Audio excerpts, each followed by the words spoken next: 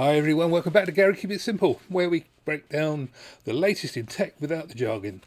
Today I'm thrilled to bring you something a bit different from our usual lineup. Yeah, we're diving into the world of high-end dash cams with the U3000 from Thinkware Dash Cam. This isn't just any dash cam, it's a £500 powerhouse packed with features that promise to redefine your driving experience.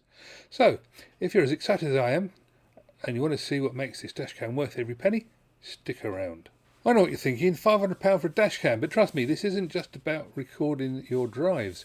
Imagine having a personal co-pilot that not only captures every detail in stunning clarity, but also enhances your safety on the road. Whether you're a tech enthusiast or someone who just wants the best for their vehicle, this dash cam is a game changer. It's a top-of-the-line dash cam that's packed with features. Because this device is so feature-rich and deserves a thorough exploration, I've decided to break down this review into a three-part series. In today's video, we'll start looking with the unboxing, where I'll show you everything that comes with the premium dash cam. In the next video, we'll tackle the installation and setup, ensuring you get the most out of your advanced capabilities. And finally, we'll hit the road for a real-world test and evaluation to see how it performs in action. So if you're curious what makes this dash cam worth the investment, make sure to subscribe and hit the notification bell so you don't miss any part of the series. Let's get started with the unboxing.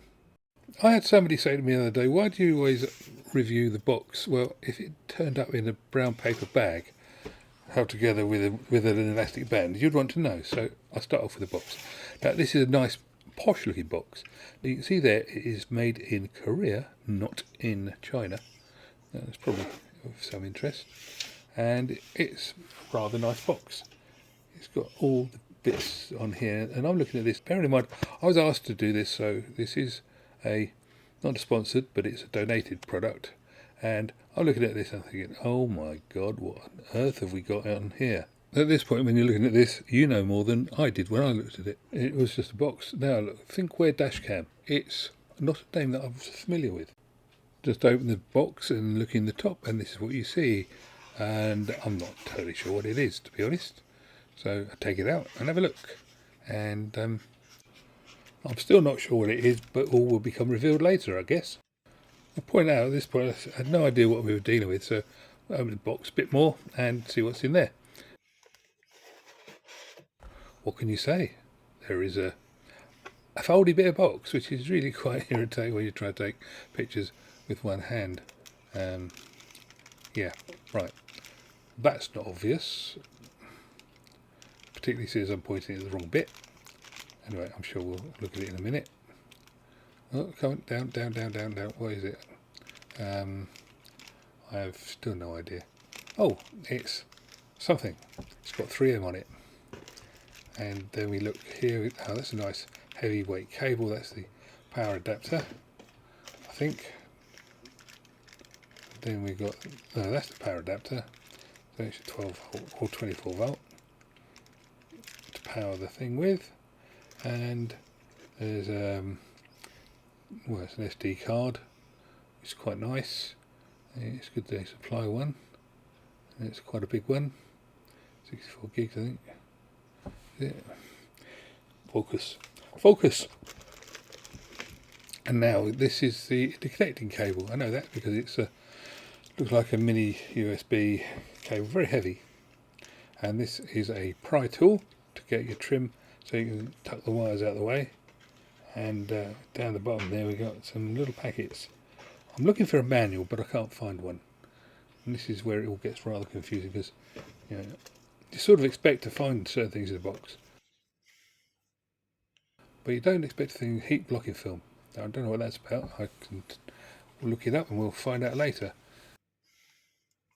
We got I think that's what's it say there? Lens cover or something. Oh yeah, cable stickies. They're useful. Oh, I'm getting excited now because I think I've got myself an instruction book.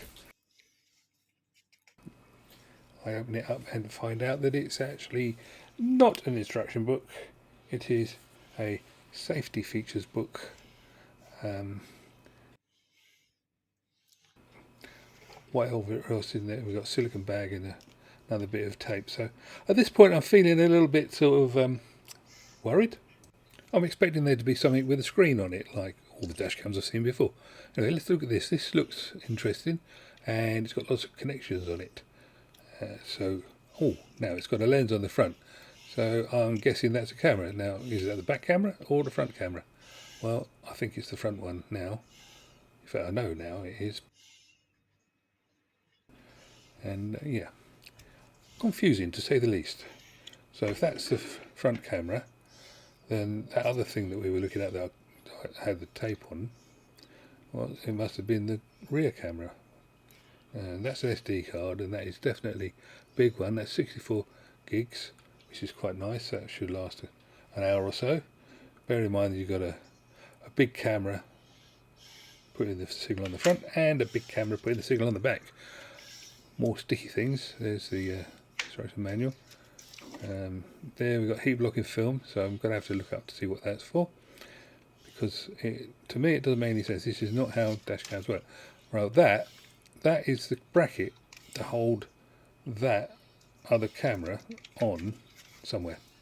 So that goes on your windscreen, and then you clip the camera onto that. That's what I'm guessing at this point.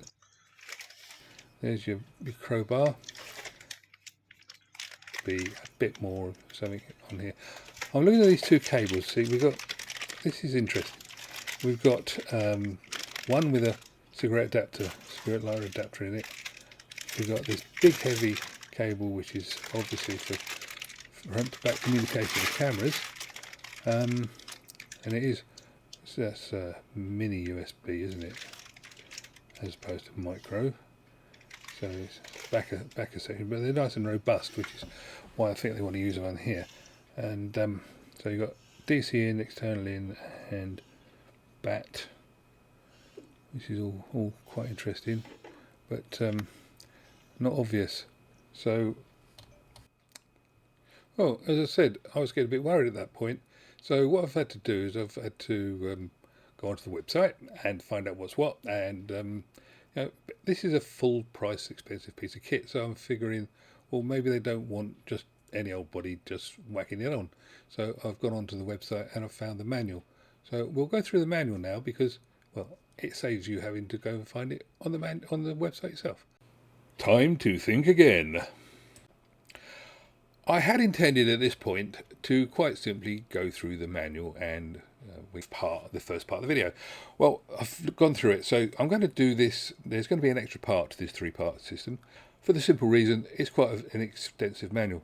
This is not just a whack it up and use it type piece of equipment. If you want to get it right, you're going to have to do it properly. The manual's there, you can catch that. There's the box, that's where it is. Go to that and you can get through the manual. You don't have to listen to me whittering on. You can always turn the sound down and just read it, but it's easier than trying to find it, and it gives you an idea, if you do have the sound on, of what might be involved or not, or how to translate it into English. Thanks for joining me. Catch you on the next one. Cheerio. Bye bye.